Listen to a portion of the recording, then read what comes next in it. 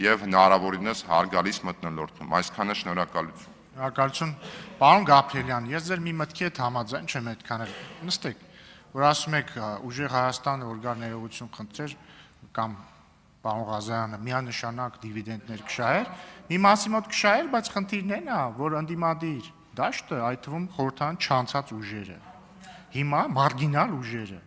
այդ թվում այս դահլիճում ներկա որոշ մարգինալ ուժեր, պարազիտանում են այս թեմայի վրա, ու իրանք ասում են ոնց կլինի, ոնց կարա անդիմությունը գա ներողություն խնդրի, օրինակ բարևարկության խախտման համար, հո դուք բան չեք, չգիտեմ, մի վարքյան, լռություն, բայց դա են լռություն, պարոն Սիմիձյան, լռություն, պարոն Ասլանյան, լռություն, պարոն Սիմիձյան, լռություն, պարոն Սահակյան, լռություն,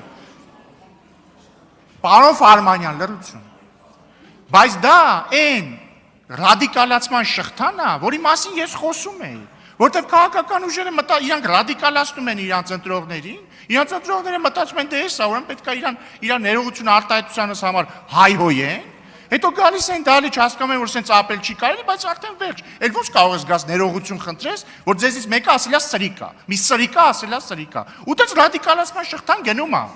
այդպես ռադիկալացման շղթան գնում է,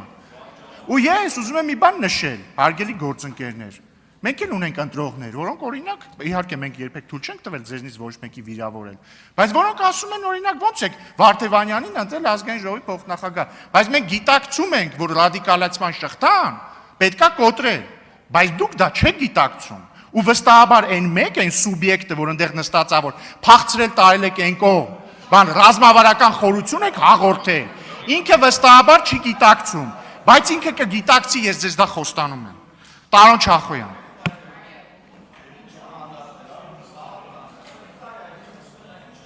Հարգելի գործընկերներ, սահմանազատվեք այդտեղից խնդրում եմ, պարոն Սահակյան, պարոն Ֆարմանյան, հետո կզրուցեք, Տարոն Չախոյան, համեցեք։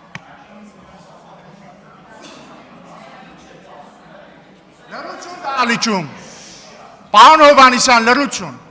բոլորը լռում են, խոսում է ելույթ ունեցողը։